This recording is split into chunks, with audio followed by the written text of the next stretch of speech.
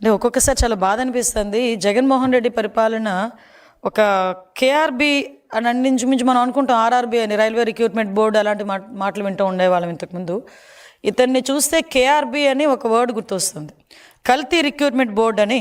దాన్ని స్థాపించినోడే జగన్మోహన్ రెడ్డా, దానికి అధ్యక్షుడే జగన్మోహన్ రెడ్డా అన్నట్టుగా ఈరోజు కొన్ని వ్యవహారాలు అతగాడి హయాంలో జరిగిన సిచ్యువేషన్స్ చూస్తూ ఉంటే ఒక పక్క భయం అనిపిస్తుంది, ఒక పక్క బాధ అనిపిస్తుంది, ఒక పక్క సిగ్గు అనిపిస్తుంది. ఇలాంటి వాడిన 5 సంవత్సరాలు ఆంధ్రప్రదేశ్ రాష్ట్రం భరించింది అని మనం అబ్జర్వ్ చేసుకుంటే, కోవిడ్ లాంటి పరిస్థితుల్లో వెంటిలేటర్ల మీద జనాలు చచ్చిపోతూ ఉంటే ఆ రోజు కల్తీ మందులు సరఫరా చేసి కల్తీకి నాంది పలికాడు, కల్తీ లిక్కర్ చేసి కల్తీ లిక్కర్కి నాంది పలికాడు. అదేవిధంగా మనం చూసుకుంటే ఇసుకను కూడా కల్తీ చేసి, మామూలు ఇసుకలోని కూడా సముద్రపు ఇసుకని కలిపి ఇసుకను కూడా కల్తీ చేశాడు. ఆఖరికి విద్యా వ్యవస్థని కల్తీ చేసి పరీక్షల్లో కూడా కల్తీ చేసే పరిస్థితి కనిపిస్తూ ఉంది. ఇలా చూస్తే ఓవరాల్గా చూస్తే కల్తీ, ఒక పాలనే ఒక కల్తీ, ఆ మనిషే ఒక కల్తీ. ఇవన్నీ పక్కన పెడితే ఆఖరికి ప్రసాదాల తయారీలో ఉపయోగించే నెయ్యిని కూడా కల్తీ చేసి, అది నెయ్యి కాదు, రసాయనాలతో తయారు చేసిన ప్రసాదం, అలా తయారు చేసి దాన్ని కూడా మహాప్రసాదంలాగా ప్రజలందరూ ఆరోగ్యాలతోని సెంటిమెంట్తోని ఆడుకొని ఈరోజు తిరిగి కళ్ళబొల్లి మాటలు మాట్లాడుతూ ఆ జరిగిన మహాపాపాన్ని తిరిగి ఈరోజు ఎన్డీఏ కూటమి వాళ్ళైన గౌరవ ముఖ్యమంత్రి చంద్రబాబు నాయుడు గారి మీద, ఉప ముఖ్యమంత్రి పవన్ కళ్యాణ్ గారి మీద, అదేవిధంగా నారా లోకేష్ బాబు గారి మీద నెట్టడానికి వాళ్ళు చేస్తున్న ప్రయత్నం చూస్తూ ఉంటే వాళ్ళకి సిగ్గనిపించట్లేదేమో తెలియట్లేదు. కానీ అలాంటి వాళ్ళని 5 సంవత్సరాలు భరించినందుకు ఆంధ్రప్రదేశ్ రాష్ట్ర ప్రజలుగా మేమందరం కూడా సిగ్గుపడే పరిస్థితి కనిపిస్తూ ఉంది. నిజంగా నేను ఒకటే అడుగుతున్నానండి, నిన్న మొన్న కూడా చూశాను, ఎక్కడైనా వాళ్ళలో పశ్చాత్తాపం కనబడుతుందా? ఎవడైనా బయటకు వచ్చి అయ్యో తప్పైపోయిందని లెంపలేసుకుంటాడా?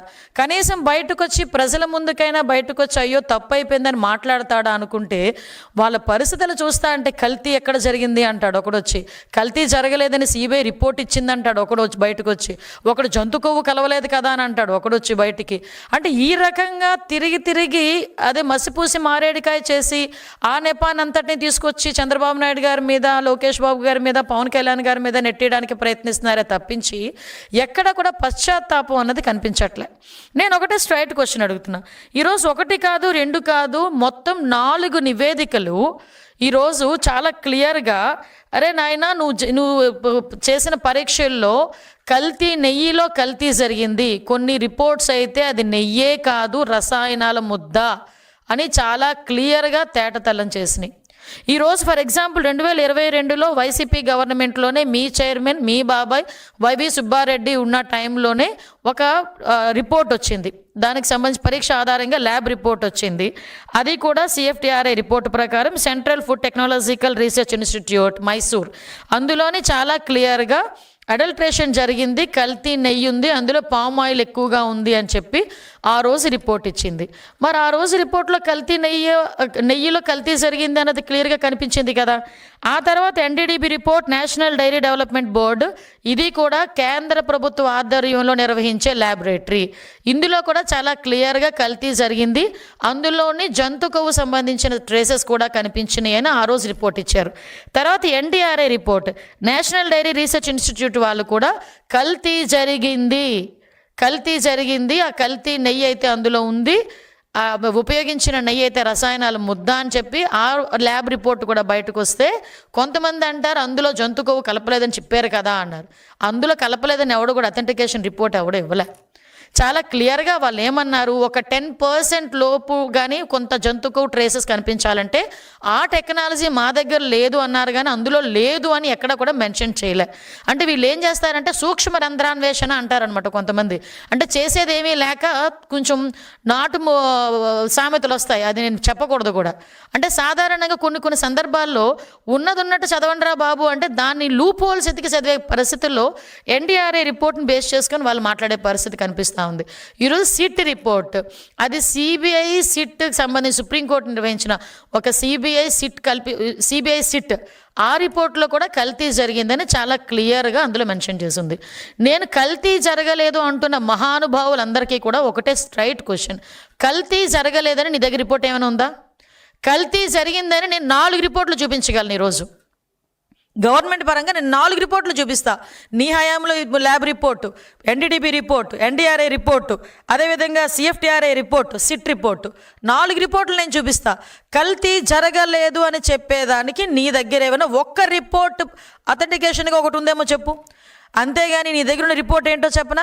తాడేపల్లి కొంపలో ప్రింట్ అయ్యే ఒక సాక్షి పేపర్ ఏమి రాస్తే అదే రిపోర్ట్ అనుకొని బయటకు వచ్చి మేధావులు, ఒక్కొక్కడు 30 సంవత్సరాల రాజకీయ అనుభవం ఉన్నవాళ్ళు, 20 సంవత్సరాల రాజకీయ అనుభవం ఉన్నవాళ్ళు, అదేవిధంగా మాజీ మంత్రులు, మాజీ ఎమ్మెల్యేలు రోడ్డు మీదకి వచ్చి బయటకు వచ్చి వెంకటేశ్వర స్వామి భక్తి పార్వశంలో మునిగిపోతున్నామని చెప్తూనే అదే వెంకటేశ్వర స్వామి కొండ మీద మహాపాపం జరిగితే ఆ మహాపాపం తాలూకు నివేదిక గురించి మాట్లాడండిరా అంటే సాక్షి పేపర్ ప్రింట్ అయిన ఒక నివేదికను తీసుకొచ్చుకొని ఇది అక్కడ కల్తీ జరగలేదు అని మాట్లాడతాడు. అరే మీకు అసలు బుర్ర పనిచేస్తుందా అండి? వెంకటేశ్వర స్వామి ప్రసాదం అండి. తిరుమల తిరుపతి దేవస్థానానికి ఎవరైనా యాత్రకి వెళ్ళారనుకోండి, ఆ యాత్ర ఎప్పుడు పూర్తవుతుందో తెలుసా జగన్మోహన్ రెడ్డి గారు? అఫ్కోర్స్ మీకు తెలీదు, మీకు హైందత్వం గురించి మీకు తెలీదు. కాబట్టి కొంతమంది మీ చుట్టుపక్కల ఉన్న వాళ్ళైనా కనుక్కోండి. చాలామంది అక్కడ మీ బాబాయ్ గారు వైవి సుబ్బారెడ్డి అక్కడ చైర్మన్ చేశారు.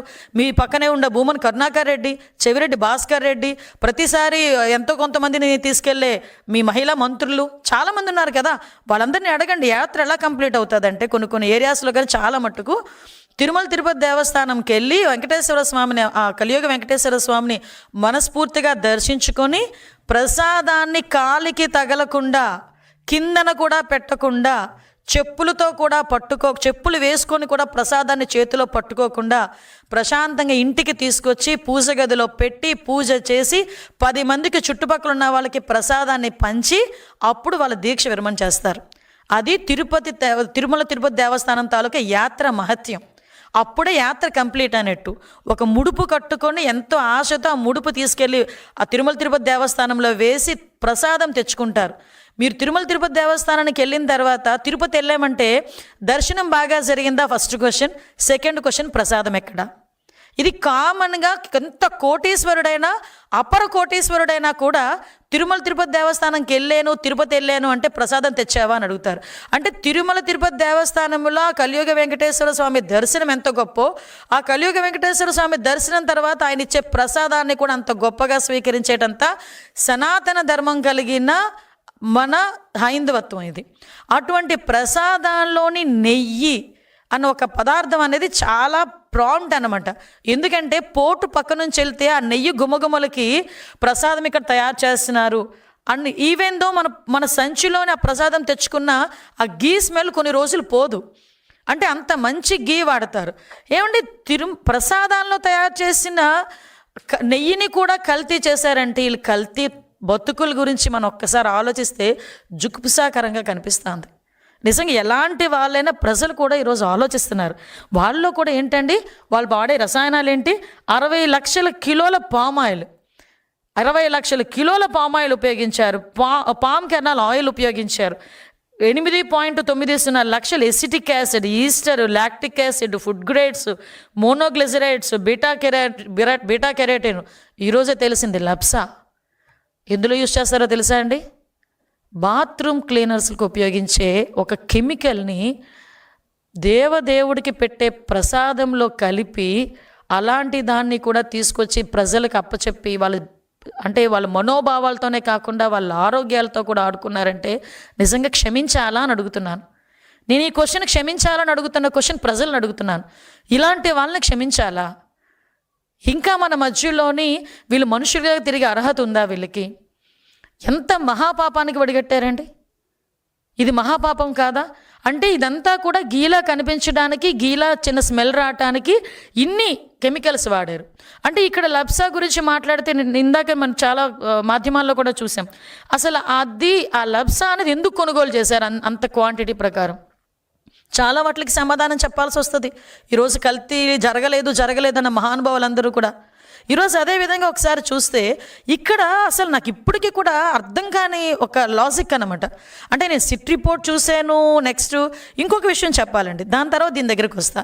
కరెక్ట్గా ఇంకా సిట్ ఛార్జ్ షీట్ వస్తుంది అని, సిట్ రిపోర్ట్ వస్తుంది ఇంకో 4-5 రోజుల్లోనో లేకపోతే 2-3 రోజుల్లోనో అనేసరికి ప్రజల తాలూకా మైండ్ సెట్ని ప్రిపేర్ చేయడానికి ఒక అబద్ధపు మూక బయలుదేరింది. నేను ఆ రోజే అనుకున్న, గ్యారంటీగా అందులో ఏదో ఉంది, అందుకే వీళ్ళు మొదలుపెట్టారు అని. 3 రోజుల ముందు నుంచి ఇంకా ప్రజలకు అథెంటికేషన్గా ఒక పేపర్ రాలే, ఏది రిపోర్ట్ రాలే. కానీ 3 రోజుల ముందు నుంచి ఇందులో జంతుకోలేదని సిబిఐ చెప్పింది, జంతుకోలేదని సిబిఐ చెప్పింది, జంతుకోలేదని సిబిఐ చెప్పింది. అంటే ప్రతి ఒక్కరు ఎలా ఆలోచించారంటే జంతుకోలేదా అంటే కల్తీ జరగలేదా? అది కాదు కదా, రిపోర్ట్ వచ్చిన తర్వాత చూసాం అందులో అడల్ట్రేషన్ జరిగింది, జంతు కొవ్వు ఉంది, 254 కోట్లు ఎవరి జేబులోకి వెళ్ళినాయి, ఇంత స్కామ్ జరిగింది. వైవి సుబ్బారెడ్డి తాలూకా పిఏనే ఇంచుమించుగా 4,50,00,000 రూపాయలు ట్రాన్సాక్షన్స్ అందులో కనిపించినాయి. ఇవన్నిటినీ ఏమార్చడానికి ఒక రాక్షస మూకలాగా బయటకు వచ్చి ఒక జనాల్ని తప్పుడుదో పట్టించే విధంగా ఎగ్జాక్ట్లీ వాళ్ళ బాబాయ్ హత్య చేసినప్పుడు ఏ రకంగా మైండ్ గేమ్ ఆడాడో అదే సేమ్ మైండ్ గేమ్ 3 రోజుల ముందు నుంచి, అంటే ప్రభుత్వానికి సిట్ రిపోర్ట్ పంపిస్తారన్న 3 రోజుల ముందు నుంచి యాస్టీస్ పాట పాడడం మొదలుపెట్టారు. అంటే ప్రజల్ని ట్యూన్ చేయడం మొదలుపెట్టారు. ప్రజలేమి ఎర్రివాళ్ళు కాదబ్బా, ప్రజలు చదువుకున్నారు. వాళ్ళకి దేవదేవుడు కలియుగ వెంకటేశ్వర స్వామి మీద ఒక భక్తిభావం ఉంది. నేను నిజంగా ఒక మాట చెప్పాలబ్బా, ఎందుకంటే ఇన్ని రోజులు కల్తీ జరిగిన తర్వాత ఇన్ని రోజులకి బయటకు వచ్చిందంటే అది నిజంగా నాకు తెలిసి వెంకటేశ్వర స్వామి బయటకు చెప్పించారేమో. నిజంగా వెంకటేశ్వర స్వామిని నమ్మిన వ్యక్తిగా నేను మాట చెప్పాలి.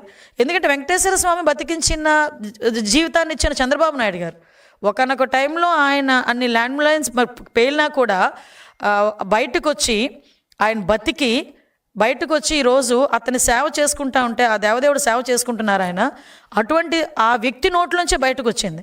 అతని ద్వారానే ఈ కల్తీ వ్యవహారం అన్నది కూడా బయట పెట్టాలని ఆ దేవదేవుడు అనుకున్నాడేమో, కలియుగ వెంకటేశ్వర స్వామి అనుకున్నారేమో, అందుకే ఇలా వచ్చిందేమో. ఆఖరికి ఎన్ని అవమానాలు పడ్డారండి. బయటకు వచ్చి చంద్రబాబు నాయుడు గారు క్షమాపణ చెప్పాలి, లోకేష్ బాబు గారు క్షమాపణ చెప్పాలి, పవన్ కళ్యాణ్ గారు క్షమాపణ చెప్పాలి. అసలు క్షమాపణ కాదు, క్షమాపణే లేని పనిష్మెంట్ ఏదైనా ఉంది అనుకుంటే మీకు ఇవ్వాలి ఇప్పుడు.